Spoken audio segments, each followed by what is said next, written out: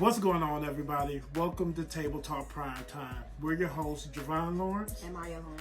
And today we will be talking about Power Book 2 Ghost, Episode 3, Playing the Game. Just getting right into it. This episode was kind of emotional for me. Why emotional? Because it was just so tense. This episode was really, really tense, and I loved it. Starting off, we have this power struggle kind of going on. We learned a little bit more about the, I'll just say the Monet family. Right. Starts off with Kane and Drew going around getting money. And Confirms they're in the drug game. they are in the drug game, and with it, there seems to be a power struggle going on between Monet and her husband, who's in jail. And the two different views, they have two totally different views on how the family should be running the business. Right. He believes that he want to pass it down to the second eldest son, Drew, who is a little more, I won't even say laid back. No, laid back. I guess laid back, and then Soft. Yeah, soft. Okay, so he's a little bit more soft. And Monet believes that Kane should take over because he's, I guess, more hard. He's a hothead, basically, and he gets things done. Probably not in the best way, but He make it happen. Right. She feels that he would be better with taking over the family business. Right. So there's even a part in there where she has a conversation with the husband, and there's some employees, we'll say, that are not doing things in a proper way. They're pretty much big shots. They're all on social media. They think they big shots. They think they're big shots, so they all on social media, real flashy, and a message has to be sent to them. And she thinks that Kane is the one that should send the message, but the husband says send Drew and leave Kane out of it. So she makes a decision to send Drew, and Kane be his backup without Drew knowing. So what happens is Drew goes, and his method of doing things is kind of like soft. Like you said, soft. Softly goes in and try to rectify the situation, to tell them, look, cool off the social media. First thing we see is dude coked up as ever, sniffing coke off a gun, like, I'm like, this dude, wow. But that's how I just knowing what I do know about that type of lifestyle. It's just basically, they never had anything. Then they start getting all this money, and now they just want to, just be flashy. Show out. Yeah, and it's just not the right thing. Wait, hold on. You used to sniff coke?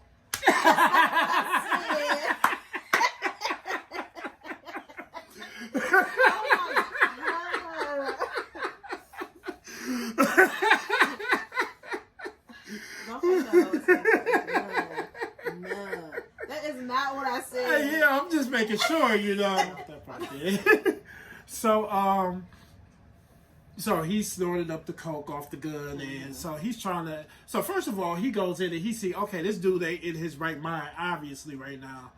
So I'm gonna try to smooth this over the best and calmest way that I know how, which is understandable to me. I understand that. I ain't finna go up in here and it's one against how many. So going past that part a little bit. So so he's like, all right, cool. I respect your mom don't like me, blase woo woo whatever. So all right, we'll cool it off. I cool off on social media while he on social media recording the whole thing, and puts him in the video. So he smacks the phone out his face, and he get ready to pull out his gun, and Kane walks in, and then he proceeds to calm him down, tell him to leave, and shoot up the place. Which is a part that you really was like, That was not even necessary. It wasn't necessary. But then as I realized there was a message that had to be given, I feel, to me, I'm starting to see that Monet was probably like a hothead like that as well. Because she wants stuff like, send a message, do this, do that, like, basically get them out the way. With Drew and his dad, I feel like they are more level-headed. Okay. I feel like they more level-headed. Like, Drew had a good approach or whatnot. Like you said, he went in, okay, this dude is coked up or whatnot. I ain't just finna wild out or whatnot, because I ain't no telling what he'll do. Like, he on cocaine right now. Right. So, or, high on cocaine. So, I feel like they're more level-headed and more logical versus Monet and Kane, who is they tempers is just hot. Like, just get it out the way now. So even you saying that, I'm sorry, I can't see how Kane is that man's son. I can't either. I don't think that's his son. I don't think that's his son.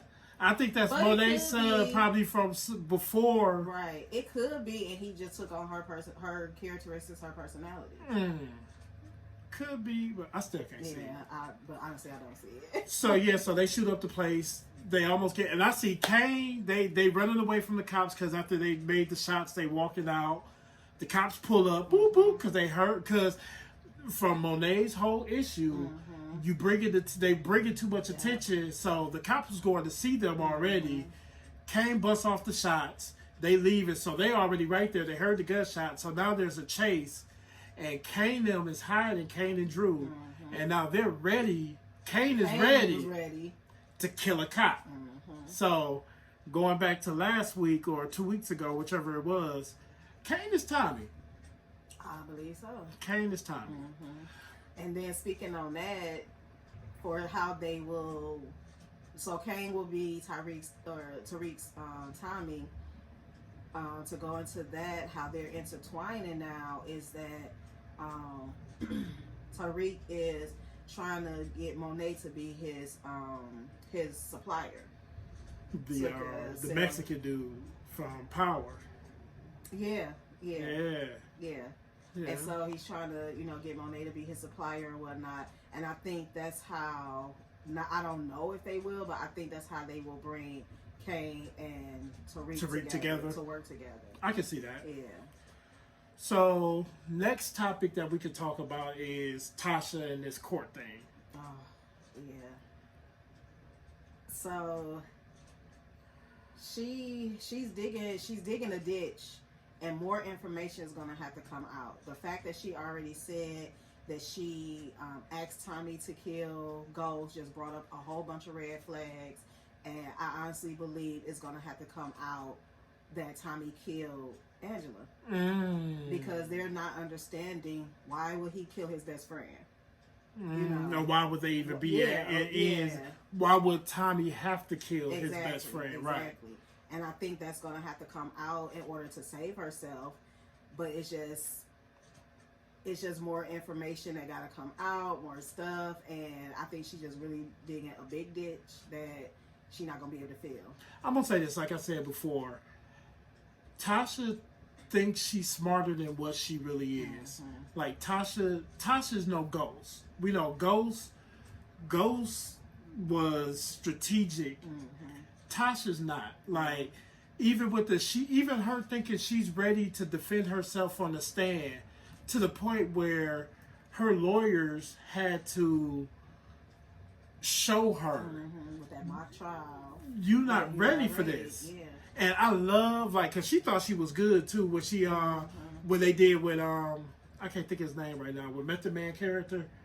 He decided, he was like, okay, he did the first set of questions the first day, and when she was done, she sat back and had like, I just fooled y'all. Not thinking that she's gonna have to they're gonna have to cross-examine her. She wasn't probably thinking about, okay, what could they ask? What would they ask? Knowing that those questions, if they're trying to charge you with a queen pin, verdict, right? There's going to be a lot of stuff that's going to try to come out, and I don't think she thought about that full on, saying that she'll be able to handle this. So what about them even bringing what's her name? The lady that cross-examined her. Tamika. Tamika. What about them bringing? How did that was? I was like, oh yeah, it's about to go down because she knows a lot more than her current lawyers know. Right. And I think they kind of said that that's why they brought her on, because she was the closest thing to Sachs that they can get to get those real questions out that's going to come. And that was just like a layer, because she even said it like, he was there, Sachs was there way before me, so he know way more stuff. So that was just like, I think that was like a real wake-up call that you're not ready for this, Tasha. Right. To be put on the stand. So let us do what we're going to do, and you just sit back so we can take care of you and whatnot. And she eventually realized that she really wasn't ready, because now she sees herself as being in trouble when it comes to this her trial and everything. Right. So with me for this show, I'm really liking the aspect of the show where they're showing the dysfunctional part of the Monet family. That's because it's letting us in and letting us know that they really don't have everything together. So with me with this show, just off of that and the stuff with Tasha with the court and humbling her, I'm gonna go for a 5 with this show. Okay. I'm thinking about the title of the show, Playing the Game, and the things that were brought out. The first thing was with Tyreek in school, and the classmate, the young lady, basically telling him, play the game, don't try to do nothing outside of it, just play the game. And then just some of the things that were being told, even like with Monet family, like, play the game, I'm gonna tell you what to do, you play the game. Or the fact that they were playing the game, like with the daughter going behind her back and talking to the mother and everything. So I think everything that was talked about or played in this episode really played on that title. And it I liked it. It was real good. I'm really liking this series. I didn't think I would, but I'm really liking this series. They doing really good. So I'm gonna give it maybe a 4.5. 4.5. 4.5. Yeah. Okay. Yeah. But even with that, I do think it's Primetime certified still. So with that, we will see you next week with episode 4, and I'm looking forward to see, what's next. So we'll see you next week. See ya. Peace.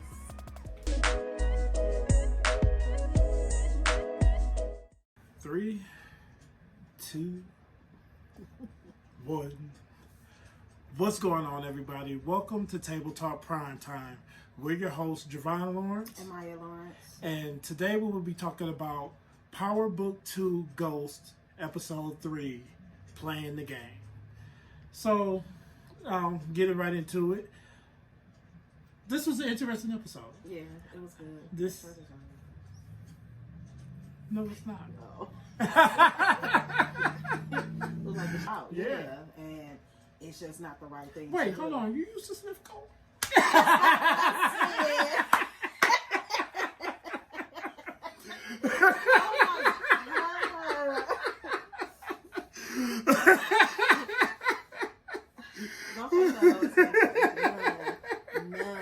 That is not what I said. Yeah, I'm just making sure, I'm talking about the drug game. Okay.